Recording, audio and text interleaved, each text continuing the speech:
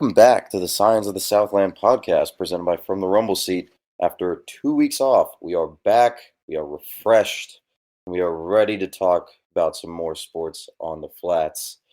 As always, I'm joined by Jay Grant out there in Chicago, Ethan Kreger in Greensboro, and Cade Lawson in Mississippi. How is everyone doing tonight? Decent. Wow, very effusive.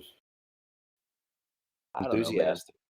It's good to be home. It's good to not be taking finals. Finals were, I don't have to tell people out there about Georgia Tech finals. They know. They know. I would hope they do. True. Anyways, what's up, Akshay?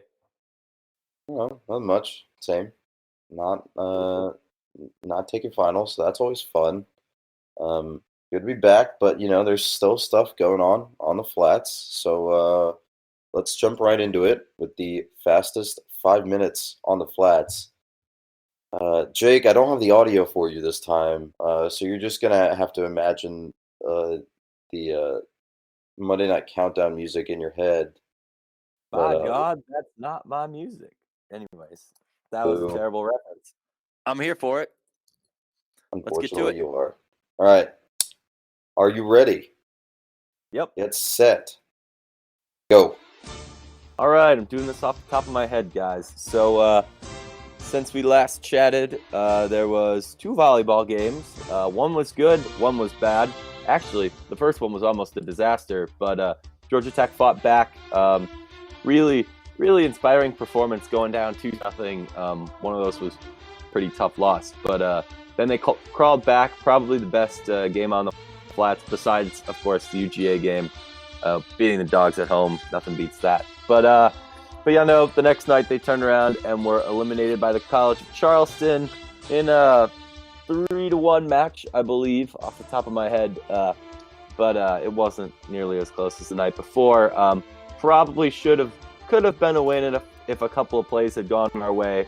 But I don't know. We're a young team. We're still pretty inexperienced. I think it was a good building year, especially compared to going 13-18 last year, 2017. But, they got back to the postseason first time in 9 years. Can't complain about that. All right, and then we had women's basketball. Any thoughts on women's basketball, guys? I've only been to 1 game so far. I haven't been to any, I don't think.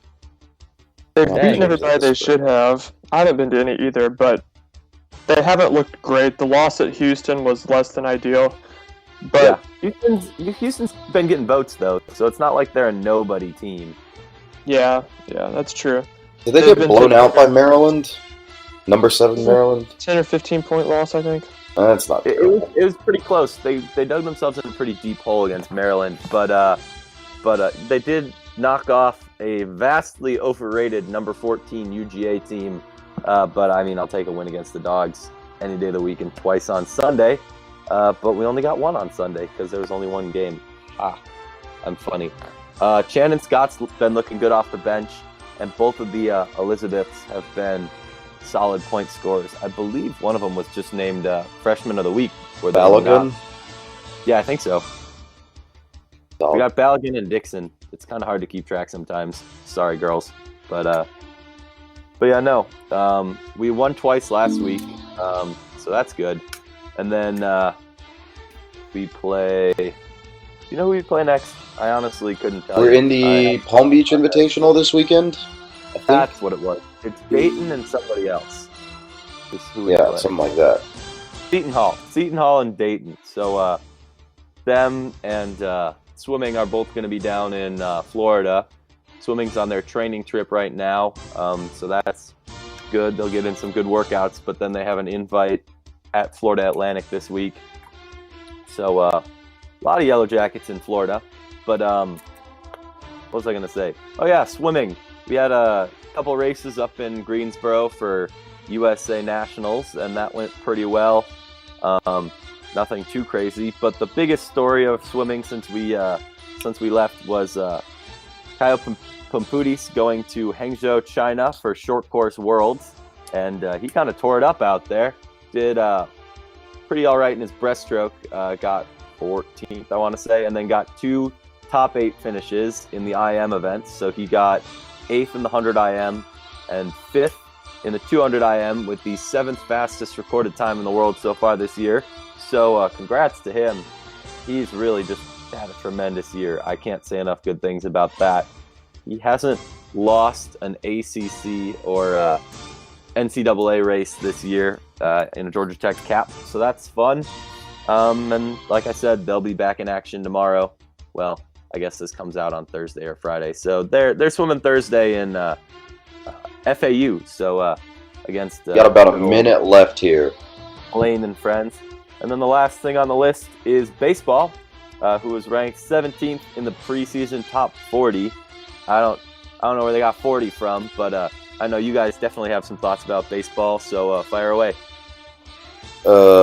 This team doesn't use analytics, and that bothers me, considering that we're the number one IE school in the nation, if not the world. So that's my piece. Wow. I think we're overrated at number 17. Oh, sorry, Jake.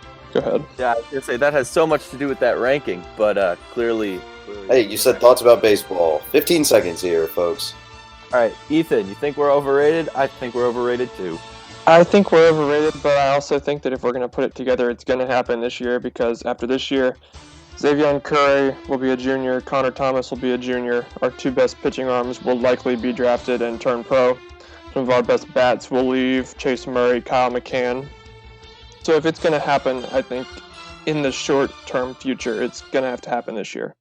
All right, that's about time. But good stuff. Yeah, Yep. Baseball is a tough one because I love going to those games and I love watching this team, but I am still super bothered by the fact that it seems like we don't use analytics in that clubhouse. And with the way that numbers have helped numerous MLB teams and even UNC in the ACC become a powerhouse, like I don't see why not. You got the data, you got to use it. Yeah, I know several kids who have applied to be analytics assistants at UNC, and it's a serious process to even make their analytics team. And once you get on it, it's a lot of work that they put in for that baseball team there. So it's not really a level playing field. If you gave UNC and Georgia Tech the same team, UNC would win more than 5 times out of 10. I mean, I think UNC went into the tourney as maybe a national They seed. were a national seed. They got to the College World Series. They beat Stetson in a super regional. Yeah. So there you go. That kind of, I mean, Danny Hall is one of the best recruiters in the nation, but I would not hesitate to say this is a contract year for him. Yep. I think it needs to happen this year. I mean, if we're talking about contract years, that loss to Gardner Webb on Monday sure put another one of our revenue coaches. Oh, boo. You're stealing my segue here. It's a pretty good one, though. It was a good one, but you're stealing my segue. It is next on the list, so we got to talk about it, even though it's painful. Oh, boy. So, basketball, 3 games, I think, happened since the last time we chatted. Northwestern, Florida A&M, and Gardner Webb. I think St. John's, too. And St. John's. Yeah, I forgot about that one. So we went 1-3 in those games. 1-3. That's not good. Not good. We didn't start out well in all of those games. St. John's, we started out all right. Yeah, it's just, I think Northwestern, it took a 28-point comeback in the second half, and we still lost by free throws. Yeah, 6 on free throws. Gardner Webb was a disaster cover to cover. And Florida A&M was, I mean, beat the opponents you're supposed to. Yeah. St. John's, I think, was very competitive, but... Yeah, we were ahead for most of that game. Yeah, we actually had the lead in the second half and gave it away. Yeah. So Northwestern and St. John's, kind of a tale of two sides of the coin, if you will. But yeah, what do y'all think about these last 4 games? I forgot to watch all of them because I've become disillusioned. And so it's not even fun to watch them. But I forgot to watch all of those. So I'll start watching them more closely in the future. stunning admission of honesty. Yep. I was riding high in that St. John's game. I was like, oh, we're going to get the win. And then I walk away from my computer, probably go like, I can't remember what I was doing, but I left my computer and I come back and we had lost. So that's fun. Yeah, I think that St. John's game going in, you looked at the rest of the non-conference schedule, and the only quality opponents you saw left were Arkansas and Georgia really is not very good this year, so beating them at home doesn't even count as a quality win. So you start looking at the schedule and you think that if this team's going to have a chance of doing anything, they need to beat St. John's on a neutral court to get a quality non-con win. And nope. They nearly did. I walked away from that game even after the loss thinking that this was a pretty good team, and at some point here in the not-too-distant future, it was going to put 40 minutes together and beat somebody good. And then Gardner-Webb happened. And now they've got a large hole to dig out of if they want to play in the postseason. But even in the short term, they've got a lot of issues on defense that need to be cleaned up. Inside, outside, Gardner-Webb beat them both places. James Banks was a revelation on offense in that Gardner-Webb game. He put it together quite well. I'm not sure exactly how many points he had, but he was in double figures and up near 20 maybe, and even I thought it was near 22. 10 rebounds. 22, yeah, and he was near 10 rebounds for a double-double as well. So he was good, but a lot of areas were not, and defense was not, which is a not very pleasant surprise. Yeah, they just, I don't know, they just did not play. They just can't start well out of the gate in any of these games. I guess the St. John's game is the exception, not the rule. But every time I turn on ESPN and watch Georgia Tech play basketball, it's just they struggle to hit easy shots going right into the game, and it's frustrating to watch.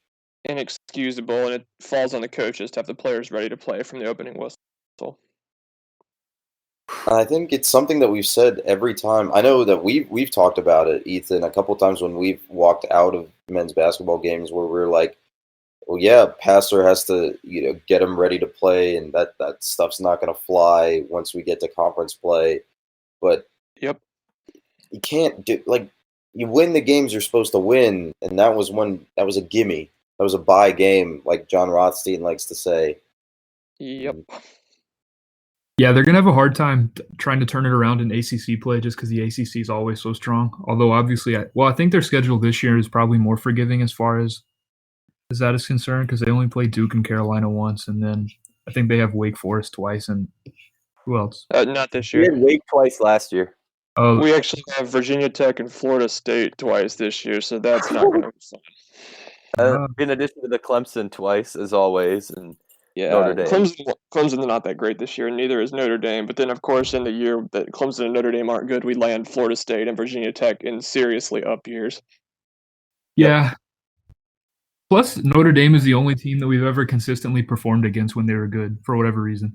So they just lost Rex Schoolboy Pfluger, so there's that. Wow. They lost to Radford, too. Ooh, that's not good. Let's see. Let's see if history repeats itself, because they're playing Kennesaw State, which is what ended Paul Hewitt's career.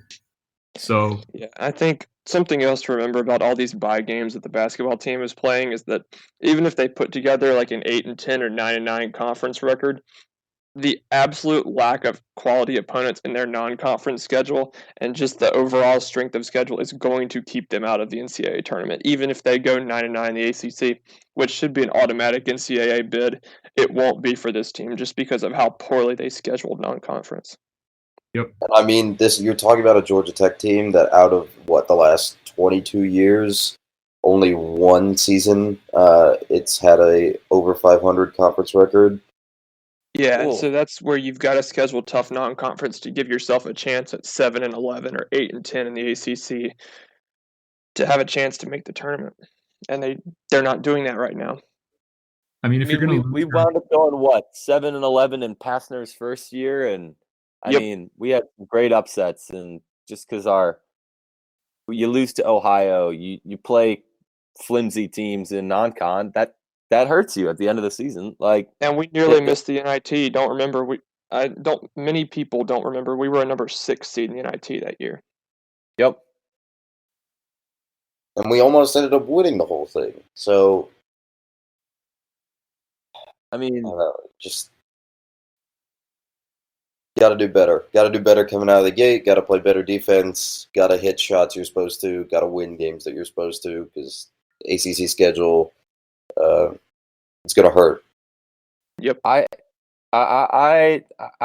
hate myself for saying this, but I felt last year very similarly for our baseball and our basketball teams, and that's something that's kind of been in the back of my mind as we get closer to February. Like I have all this hope, and I think this is the year they're finally going to put it together again and perform in a way that we expect or we think we can expect from our players. And then, you lose to a Radford, you lose to a Bradley on the diamond, or you lose to a Grambling or Wright State or a Gardner Webb on the basketball court. And that's not something that a Power 5 school should be doing in any sense of the word. And it's befuddling to go down 28 against Northwestern, 30 points. Like, that's not acceptable. Like, there's a line between losing bad games and like losing preposterous games, and we toe that line aggressively some nights in McCamish Pavilion. We took that line aggressively across all three revenue sports. Let's be clear. Yeah, I think they're going to continue or probably get a little bit more exposed once they start playing against teams that have more athletic front courts than the one that we've been seeing, even in the teams that we've been losing to. So I don't. Yeah, It's not tonight. Go ahead. No, that was it. Yeah, and looking ahead to tonight, I think that's the first indicator of where this team really is against good competition, because this is an ACC level opponent in their own gym in Arkansas. Thank goodness we got this team on the schedule. They're not. Arkansas is not ranked, but their Ken Palm is hovering around 50. So they are They're a tournament team. Yeah, they could very well be a tournament team. 8-9 seed kind of deal. So what I'm seeing, let's see, Tech is 5-4, not great. Arkansas is 7-2, much better. Arkansas is favored in this game by 8.5. Over under is 147.5.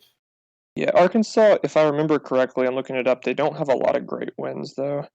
They beat Indiana by 1 point, lost to Texas in overtime, and lost to Western Kentucky by 1 point. And those are their biggest games. So they've played a lot of teams closely, and then they've taken care of who they were supposed to. I hear a lot. I already hear more decent names than I hear when I look at a Tech schedule, though. Like if you're pulling those three names out of your hat, like you look at us: Tennessee, St. John's, Northwestern, Arkansas, Georgia. That's it of anybody remotely close to tournament talk. That end of the year kind of conversation, or even like a Nebraska ball, where like they're bad, but like, who Nebraska is, even if they're bad, who Rutgers is, even if they suck. Like, yeah, and even the rest of the teams on this schedule, they're at Colorado State. That's a tough road game. And then UT Arlington has been real good sometimes. So some of these mid-majors they play are real good teams too. They're all tournament teams. They're all the same type of competition that you want to have played against when you are getting close to the postseason. You don't see Tech picking up any. Sorry, I had to kill a spider. You don't see Tech picking up any Atlantic 10, any Atlantic Sun, any Missouri Valley.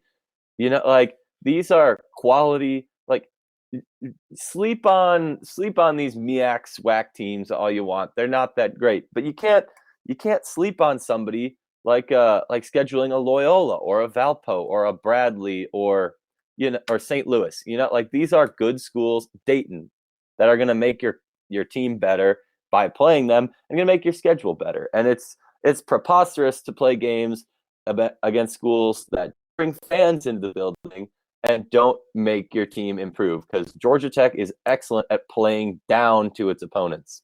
Excellent. Yeah, it's gotten a little bit worse since Josh Pastner got here too, because we didn't play very good schedules at all with Brian Gregory because we still complained about it, but it got worse. And I can understand the perspective of, we want to get our guys some confidence and some easier wins before we hit conference play, but at the same time, one, you got to win these games, number one, and then number two, I don't know, spare me that. This is a young team. This is a slightly unexperienced team with the amount of uh, well, I guess we're playing DeVoe as a freshman. Banks hasn't played in a year or two, and there's a couple more freshmen on the bench. But like, I get all that, but you need some challenge. You need to. Jake is saying, we play down to our opponents. Maybe by challenging ourselves, we can play up to our opponents. That's where I want us to be in the next couple of years. But right now, it's not looking like we're going that direction at all. I mean, I'd throw out an example of us playing up by, looking at that Florida State game in Okogie's freshman year and being like, yo, look, like, that's an example of Georgia Tech playing up. And Notre Dame in 17 and 16. I don't think they were, though. Now that I think about it, like I don't think that was Georgia Tech playing up to its opponent. I think that was Okogie put the team on his back, or Lammers put the team on his back, or whatever. And you don't even have a Todrick Jackson that'll drive to the lane and make that aggressive move to get to the basket. Like Georgia Tech this year, like we have a bunch of fairly reliable shooters, fairly reliable scorers, but there's nobody who you can just put the ball in his hands and tell him to attack or like make something happen. We don't have a playmaker like that. And I think there's a lot that this team needs, but I think that's the biggest drop off we see, especially without Josh O. Yep. And I think one of the discussion points that we were talking about in our writers' room is, would this team be that much better if Okogie hadn't declared for the draft?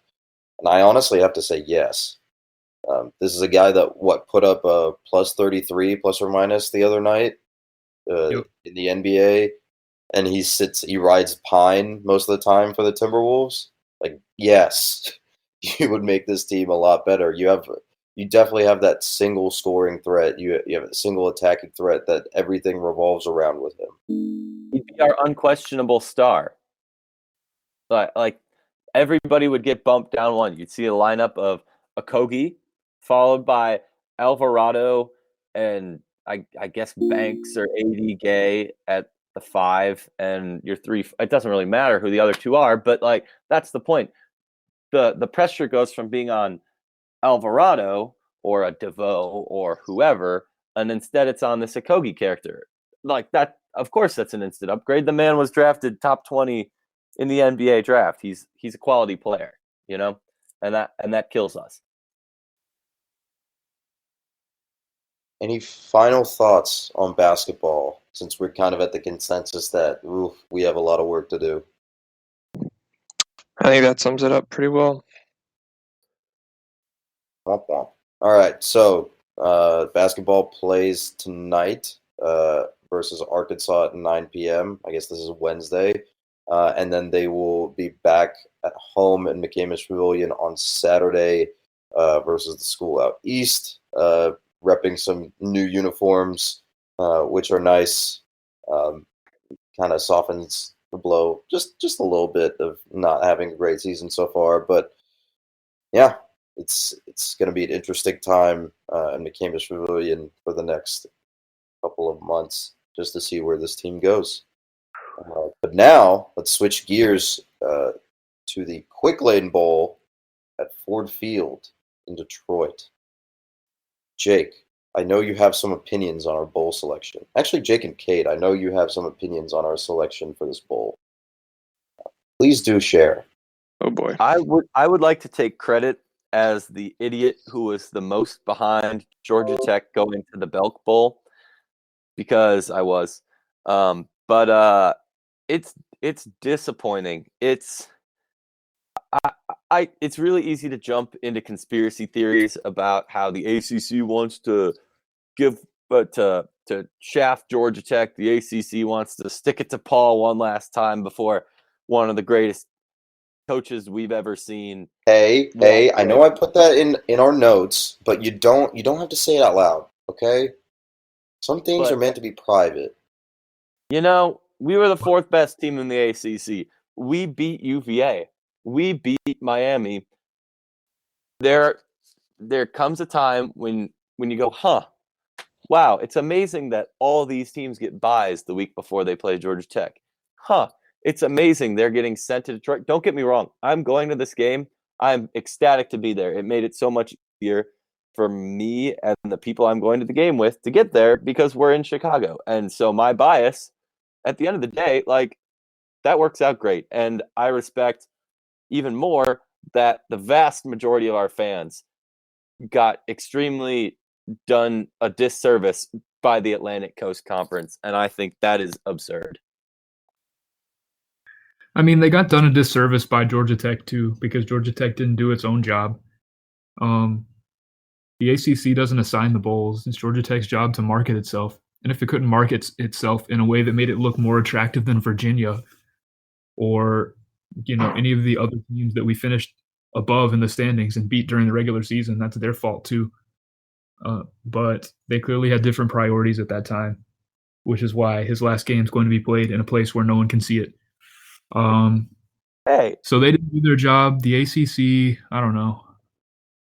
I think it's more of a Georgia Tech problem and a bowl selection problem. But I mean, it was just a perfect blend of all these forces coming together to make it so that we didn't get to celebrate the last game of Paul Johnson's tenure in a way that he had probably hoped and that everybody else had probably hoped, because now it's going to be in Detroit on the day after Christmas. When, no one will see. Yeah, I think. I mean, it just sucks. This is what, the second or third worst bowl slot, and no disrespect to the Quick Lane Bowl itself, but I mean, this is for the fourth best team in the conference to get the second or third worst bowl slot. That's abysmal. It is a little bit of a disservice, and obviously we have two avenues to go to place blame, and you can mix the two, whatever. But it's not a good look. Obviously, a lot of stuff goes into that bowl selection, like previous attendance at bowls, performance, other narratives, other factors, like regional preferences for bowls, yada yada yada. But I don't know. I think we could have done a lot better than this. And I mean, obviously, we have the opportunity to go and get win number 8, so the team will be focused on that. But man, for the fans, I think, and I think for Paul too, it just kind of sucks. Yeah, that's right. I think I have a little bit of a harsher stance on this, and maybe even some of you all do. We finished 7-5. UVA finished 7-5. Miami finished 7-5. We beat both UVA and Miami, and both UVA and Miami ended up in Tier 1 bowls, and Georgia Tech went to a Tier 2 bowl. And even more than that, you've got to remember, I don't think Georgia Tech fans as a whole do a very good job of marketing their team, and maybe even this is a problem in the athletic department too. We play Clemson and Georgia every year, and we played USF, who is one of the best group of 5 teams this year. UVA played Louisville, Indiana, and Liberty. And lost to Indiana. Yeah, they lost to Indiana out of the Atlantic, played Indiana non-conference, played Liberty non-conference. Those were their 3 games equivalent to our Clemson, Georgia, and USF. And you look at Miami. Miami played LSU. Credit to them, that's a tough game. LSU is a very good team. Not as good as Georgia, but a good team. And then they played a Florida State team that did not make a bowl. And then their other 3 non-conference opponents were Savannah State, Toledo, and FIU. So I think what the ACC has to recognize and what Georgia Tech fans have to recognize is that 7-5 at Georgia Tech is not the same at 7-5 as some of these other schools. And the way that the ACC does bowl selection is a disservice to Georgia Tech. And that's something that our athletic department has to take up with the ACC. Yeah. Oh, yeah. It's like replacing that guaranteed win out of conference with a Power 5 every year SEC opponent. I don't care how good they are year to year. That's way different than a rotating FIU, FAU, whatever the hell Miami throws in there. Bethune-Cookman was in there last year. It's ridiculous. Oh, 100%. I think this is something that Georgia Tech fans need to be more vocal about, and clearly the athletic department also needs to be more vocal about, is that we year in and year out play one of the top 10 toughest schedules in the country, and compared to the other schools in the Coastal, we easily play the toughest, getting the shaft from the ACC and having to play Clemson every year, plus Georgia, who is a perennial national championship contender. It's frankly ridiculous. I'm pretty sure at the beginning of this season we were rated either the toughest or one of the top 10 toughest schedules in the nation.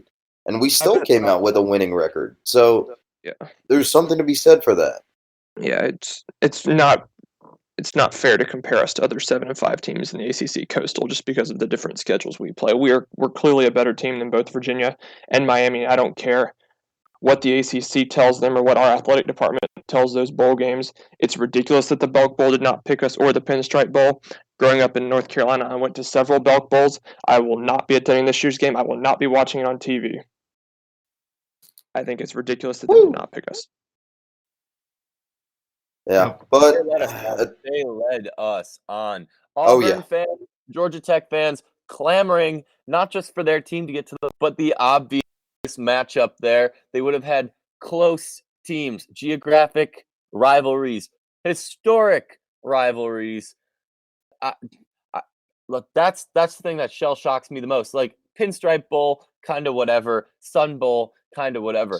But Belk, who marketed so aggressively to these two fan bases, to turn around and tell them both, sorry, we're going with these other two teams. That's absurd. What was even the point other than to drum up interest for their dumb bowl? Like that's. Oh, the best part is them getting defensive about it on Twitter. That's my favorite part. They're calling out our former players on Twitter today. They call out. I can't remember for the life of me who it was, but he didn't. Trey Braun. Okay, yeah, ridiculous, absolutely absurd. In his defense, he did kind of invoke that, but I mean, they searched their name on Twitter. Like the Belk Bowl searched Belk Bowl to find that tweet because he did not tag the Belk Bowl in that tweet. So like, what are you doing? That's the part that's annoying, is that they led everybody on to believe that all of the attention that they were getting was in some way meaningful in the selection process, and then ignored all of it. So it's like, well, now you've just proven that you were clearly just trying to do this for extra attention instead of trying to actually crowdsource any kind of ideas for what would make your bowl successful or interesting. And I think that they did an AMA on Reddit right after bowl selections came out, and they got roasted. Like, it's not just, like, obviously we as Georgia Tech fans are kind of pissed about getting led on, but there are a lot of people online that were mad. Well, if you look at the silly vote they did before, it was about 1,300 votes for Tech and like 1,100 votes for Auburn, and the next closest teams barely broke 100, if that. Like, it was overwhelming, the response they got on every front. I mean, they played themselves because the game they got is terrible. So, I mean, no one's going to want to watch Virginia and South Carolina. Virginia's going to get spanked on TV by South Carolina because Virginia's not good. So, growing up here, I have a inkling that the selection committee for the Belk Bowl is a bunch of South Carolina fans who didn't want their team to have to play the triple option. Hot take. Wow. Oh, I love Research Triangle conspiracies and North Carolina conspiracies. They're so fun. That's the only justification I can come up with for it. I will rest on this one laurel, and that's that the guys at the Gator Bowl really like us. I met some of them last year when they were scouting Virginia Tech and Georgia Tech. I think that if they would have gotten an opportunity to pick us, then maybe we would have been there, because everything that, I don't know, it's a lot harder to come across as a front to somebody you have to meet in person. But at the same time, they have to take that NC State team that's 9-3 to a Tier 1 bowl. That's not really something we can control.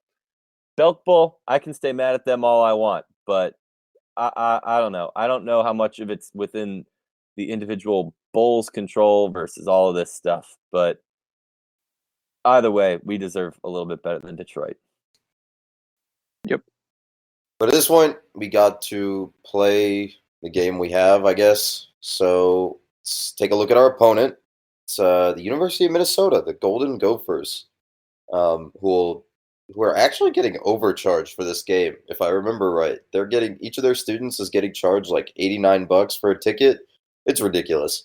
Anyway, Tech's favored by 5.5 the last time I checked. The over/under is set at 57.5. So what are y'all? I guess we're not super excited to be in Detroit, but what are y'all looking for in this game? I mean, it's just weird. It's a weird game because like it doesn't mean a whole lot for the future because the majority of the guys that are going to be playing, especially on offense, probably aren't going to be playing all that much in the future. It's a different coach coming in. It's just a weird situation. The only thing that I'm going to be looking for is seeing what kind of weird stuff Paul Johnson does in his last game. Because I think he's either going to not throw it once or throw it like every single time just for fun. And I also, I want to see if he does any plays out of the shotgun just to make us flash. Ooh, it could get weird. It could get Or weird. he dials up some trick plays even just out of the flex bone. Like the play against Georgia where they lobbed it over to the sideline and then chucked it down the field. I can't remember what that was. But Double pass to James Graham. Yeah. Here's what I want: Wildcat formation, direct snap to Brandon Adams for the touchdown. Yes. Oh, I want Brandon Adams to be straight up Refrigerator Perry. Oh, someone did. Yes, exactly. Forgot about that. Yes. Although that was Power I and not Shotgun or Wildcat, but still, that would be hilarious. Line him up at tight end. I don't care. I'll put him somewhere though. All of the biggest. Paul Johnson plus tight ends. Let's do it. Sounds like Brian Bohannon. That's a name. Weren't they supposed to announce the coordinators today? They probably will announce them tomorrow. They probably want to give, or next week, just to give the kids for signing day their due. Because the early signing period isn't until Friday. That's true. So, yeah. So, picking this game. Anyone? I have no idea. I don't know anything about Minnesota, and I haven't looked at them at all because I've been focused on coaching stuff. So, roll the boat. Like, this is how this is going to work. Either Georgia Tech is going to come out and just have a lot of fun in the last game and blow them out, or Georgia Tech's not going to care at all and get blown out. There's no close game. That's fair. Everyone kind of feeling the same way, or? Yeah, I don't think it's going to go well. I think all the noise around the program will have an effect, and I think the Minnesota fans, while they're not happy to be in Detroit, will make the short trip over there and make themselves heard inside Ford Field, and Minnesota will win the game. I mean, the other thing, does Paul Johnson really care? Lose his last game? Absolutely not. I think he does care. I don't know. I mean, I think he would care if it was not the Quick Lane Bowl in Detroit, but he's like, well, you know, he might as well be playing a game in his backyard. No one's going to watch it. No one's going to remember what happened in this game. I think he'll just have fun. I think that, I don't know. I don't think maybe we'll see that diamond formation that he used for Vadley. Hey, it worked. It worked. It wouldn't work with Taquan, but it worked with Vadley twice. We'll just put James Graham in. Except he's academically ineligible for this game. Oh, big oof. Womp womp. Put in Lucas Johnson on the scooter.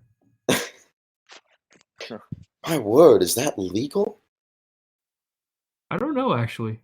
I hope he's better, though. Probably the best quarterback we have. I mean, he's probably, if we're looking at next season, and we'll talk about that for just a second in a bit, but if we're looking at next season, he's probably your QB1. I know Tobias got a couple of starts, but... No, I don't think Tobias will play probably at all with Jeff Collins at quarterback. I'm calling Jordan Yates right now. You heard it here. Hey, Just hey, tonight. I am Oh, yeah. totally okay with the Jordan Yates hype trade. I'm calling Justin Fields and also Jalen Hurts at the same time right here. We had one quarterback. Why not two? That's innovation, the new dual quarterback system. It's not that you play two quarterbacks in a game, you just play two at the same time. But who's the passing threat? Who's the running threat? Nobody knows. Jordan Exactly. Yates gonna lead us to the promised land. He's a very good player. I watched that state championship game. He's a very, very good player. Milton's offensive line did not help him out at all, and he was still able to make some plays. And that entire state championship game was won because of him. He throws left-handed, right? I have no idea. I think he does. Literally unwatchable.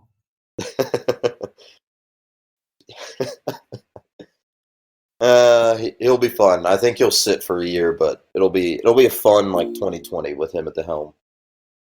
Yeah, it'll be fun. He has a higher ceiling as a conventional offense quarterback than somebody like everybody else we currently have. Womp womp. All right, time for some picks. Picks. We just gonna talk Collins next episode then. Yeah, we will talk coaching, and we will also do some mailbag questions next episode. But we're starting to run a little afoul of time, so let's move right into picks then. All right. Jake, you want to start? Oh, with my big balls call of bowl season? We really need to come up with a new name for this now. Nah. R.I.P. Big Ball. Well, not even R.I.P. Just respect big balls, Paul. I think this is something that needs to stay. But Fair enough. anyways, my pick is in the illustrious Elk Grove Village Makers Wanted Bahamas Bowl. And before you laugh, yes, it is a real place. Yes, I was there like 2 days ago. Great place. Learned how to swim there, all that stuff. Chicago's the best. Don't at me. Anyways, Please at him. FIU is playing Toledo. Neither of those teams excites me. This bowl honestly doesn't really excite me. I think it's just weird that my parents' town has a bowl named after it. Anyways, Toledo's favored by 4.5.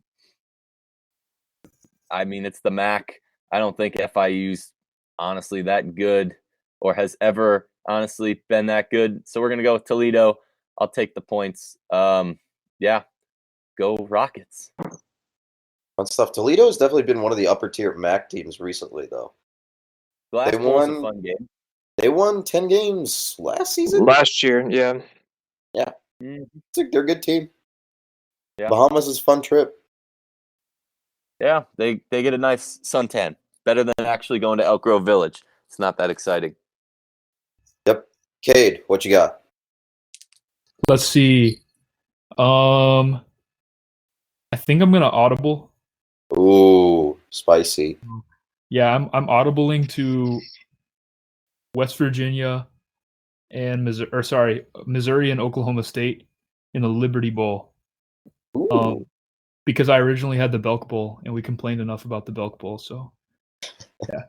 But forgot what two teams are playing already. Mizzou and Oklahoma State. Oh yeah. Fun offenses. We got the land of the mullet, Missouri versus the only coach with a mullet, Mike Gundy. It's going to be a lot of fun, in my opinion. Drew Lock's going to help out his NFL draft stock. Yeah, I didn't realize that that Oklahoma State was only 6-6 this year. That's kind of sad. Yeah, they started hot out the gate. They were looking really good, and then they decided not to play defense like everyone else in the Big 12. Whoops. Also, shout out Marcus Watson, future Cowboy. Great player. Boo. Get out of here. Boys. Drop some bags, Cade. Drop some bags. All right. Ethan? All right, we're heading out to the Fiesta Bowl, the PlayStation Fiesta Bowl, for all those video game lovers who watch football. Sense. Yeah, Tostitos made a lot more sense. But at any rate, I hate that it's called the PlayStation Fiesta Bowl. It makes no sense. I don't know why PlayStation thinks that was a good investment, but I don't know why Tostitos pulled away from it. yeah. Probably That's wasn't a gonna good piss me investment. off. It's gonna piss me off for a while. Anyway, Anyway, we have the LSU Tigers against the fake news national champions UCF from down in Orlando, because Auburn failed us last year and failed the entire college football world last year by not showing up for the Peach Bowl in Atlanta and getting beat, so we had to listen to UCF fans all off season. And LSU better not fail us this time, or I will be very, very disappointed.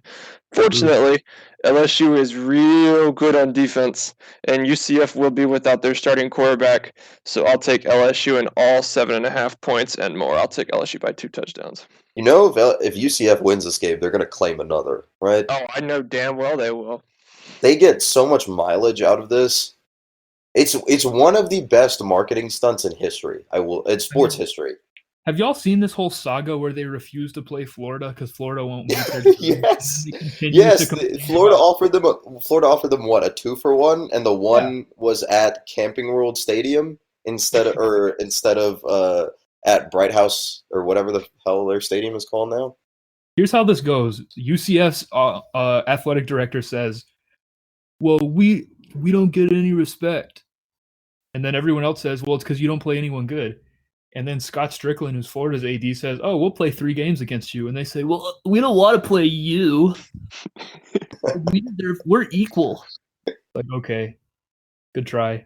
This is why y'all are clowns and why your fake national championship in a season where you ducked both Georgia Tech and apparently every quality team that tries to schedule you because you think that just because you produce trash Blake Bortles and trash like Storm Johnson, who is out of the NFL in like 15 minutes, you think that your program is like worth anything at all, that you can just start turning down offers left and right to play the only quality teams that are going to make your very, very bad program be very, very good in the eyes of people nationally. Y'all are stupid. I don't even like Scott Strickland because he was UGA's athletic director. But he's right. Y'all are wrong. Your program's sad. You make bad decisions, and you deserve what's coming, which is you never going to the playoffs ever because you won't play anyone good. But 18 playoff, Cade. 18 playoff. They don't even deserve No. to be an 18 No. playoff. No 18 playoffs. Not at all. They don't deserve it. They don't play anybody. It makes the regular season worthless to make it an 18 playoff. Oh man, we need to save this debate for the next episode because I want to hear this one. To round out, I'm a Big Ten fan, and I say no 18 playoff. Anyway, well, your conference commissioner says otherwise, so we'll see. We'll see. Checkmate. Womp womp. All right, so to round things out, I picked the Camping World Bowl between number 16 West Virginia and number 20 Syracuse. I have no idea why the line here is just West Virginia by 1.5. That seems way too close. No Will Greer. Oh, no Will Greer? That explains a lot now. No I might have to. sexy. I might have to call an audible on this one and go away from what I had written down. No, I'll stick with it. West Virginia, they kind of play defense sometimes, and Cuse is not actually all that good. They're good, but I don't know if Dino Babers can beat Dana Holgerson. So what? Why are you still on the Syracuse is not good train? We had this debate when you were earlier, like week 2 of the season, when you were saying Boston College is really good. No. I said Boston College is secretly good, and then they turned out to be not so good, and then I just kept up the ruse to keep pissing you off. Because you said something defamatory against Syracuse, and I said, no, Syracuse is actually good. And now one of them is number 20 in the country, and the other one has Steve Adazio as their head coach and Patricia in my emails. So, and a bid to the First Responder Bowl. Don't leave that out. Oh, I'm still a higher rated bowl than we're going to. So, oof. No, it's below us. It is below us. No, we're in the Second Responder Bowl, dude. We're in your house burned down with you inside. There was no first responders. Oh. I mean, it is Detroit. Anyway, WVU by 1.5. Give me that. If it's Cuse, so be it. This is going to be a fun game, I think. Noble Greer will make it a lot more fun than I originally thought it was going to be. So, yeah. Camping World Bowl, Camping World Stadium. It's lit. Anything else? Nope. Not here.